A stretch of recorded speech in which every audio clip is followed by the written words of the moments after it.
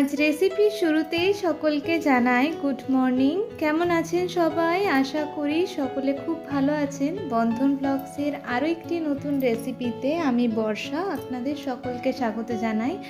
আজকে এই যে এত রকম সবজি নিয়ে বসেছি, এই দিয়েই কিন্তু আজকের ঘন্ট রেসিপি হবে। তো কেমনভাবে করি সেটাই আজকে আপনাদের সাথে শেয়ার করব। এই পাঁচমিশালি সবজি দিয়ে আর সেই সঙ্গে চিংড়ি মাছ দেবো এর মধ্যে। তো কিভাবে ঘন্টটা করি চলুন সেটাই আপনাদের সাথে শেয়ার করি। তো এখানে আমি সবজি নিয়েছি বেগুন, পুঁই শাক, কিঁদুরি, কুমড়ো আর সেই সঙ্গে দেব আলু। তো আলুটা এখনও আনা হয়নি এখানে।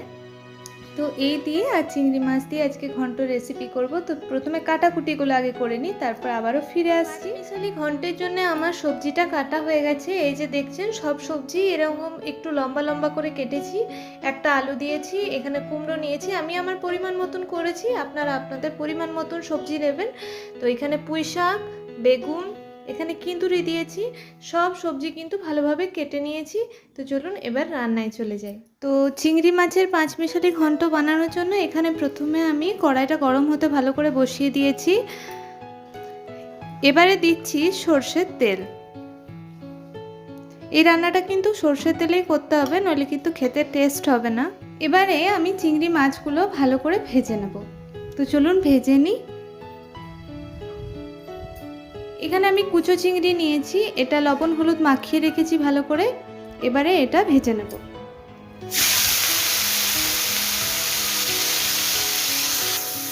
চিংড়ি মাছটা বেশ ভালো করে লাল লাল করে ভেজে নেব। তো এটাকে ভেজে তুলে নিই। চিংড়ি মাছগুলো ভেজে তুলে নিয়েছি আর এবারে কড়ার মধ্যে আবারও একটু তেল দিয়ে দিলাম। এবারে ফোড়নের জন্য দিয়ে দিচ্ছি শুকনো লঙ্কা আর পাঁচফোড়ন। প্রথমেই তেলের ওপর দিয়ে দেব কুমড়ো আর আলু।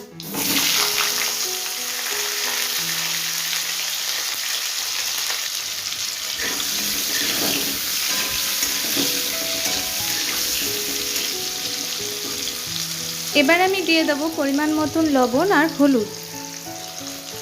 দিয়ে দিলাম হলুদ গুঁড়ো আর দিচ্ছি লবণ। লবণটা আমি একবারেই দিয়ে দিলাম, আপনারা দুবারেও অ্যাড করতে পারেন। এবারে ভালো করে মিশিয়ে নেব। আর এই রান্নাটায় তেল একটু বেশিই লাগে, তবে পুরো রান্নাটা কিন্তু সর্ষের তেলেই করতে হবে, তবেই কিন্তু এটার আসল টেস্টটা পাওয়া যাবে। তো চলুন এটা এবার একটু ঢাকা দিয়ে দিই। ভাপেই কুমড়োটা আলুটা কিন্তু সেদ্ধ হয়ে যাবে অনেকটা। চলুন দেখি কত দূর হলো। এই যে প্রায় অনেকটাই ভাজা হয়ে গেছে কিন্তু। এবারে যে আলাদা সবজিগুলো ছিল সেগুলো এর মধ্যে অ্যাড করব। এবারে দিয়ে দিচ্ছি বেগুন আর কিঁদুরি। এই দিয়ে ভালো করে নেড়ে চেড়ে নেব। আর বেগুনটার কিঁদুরিটা একটু ভাজা হবে, বেশি না, অল্প ভাজবো।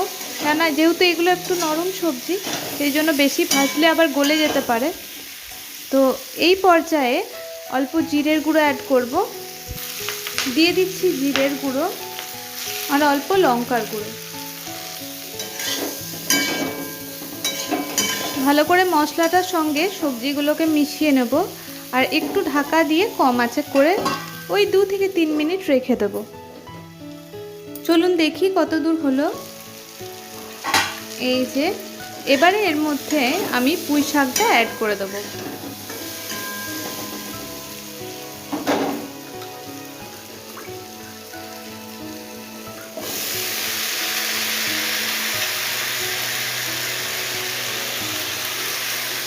এইভাবে অবশ্যই একবার বাড়িতে ট্রাই করে দেখুন।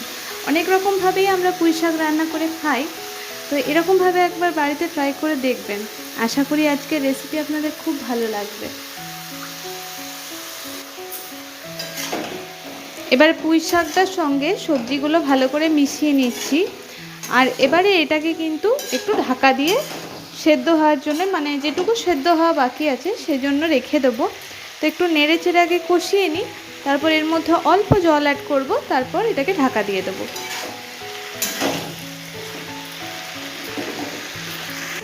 চলুন এবার একটু জল দিয়ে দিই এটার মধ্যে। অল্প জল দেব, যাতে সবজিগুলো সেদ্ধ হয়ে যায় আর বেশি ঝোল ঝোল না থাকে, কারণ এটা তো তরকারি, এটা তো আর ঝোল নয়, সেজন্য জলের পরিমাণটা একটু কম করেই দেব। এবারে এটা একটু চাপা দিয়ে দেব।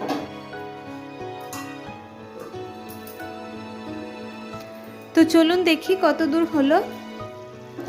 এই যে এবারে কিন্তু চিংড়ি মাছগুলো দিয়ে দেবো। সবজিগুলো একদম সেদ্ধ হয়ে গেছে, দেখে বুঝতেই পারছেন, আর জলটাও অনেকটা শুকনো হয়ে এসেছে। এগুলো সব দিয়ে দিচ্ছি।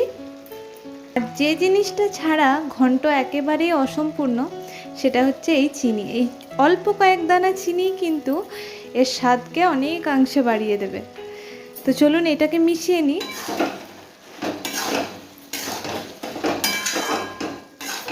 গরম ভাতের প্রথম পাতে এরকম একটা রেসিপি থাকলে কিন্তু মন্দ হয় না, কি বলেন?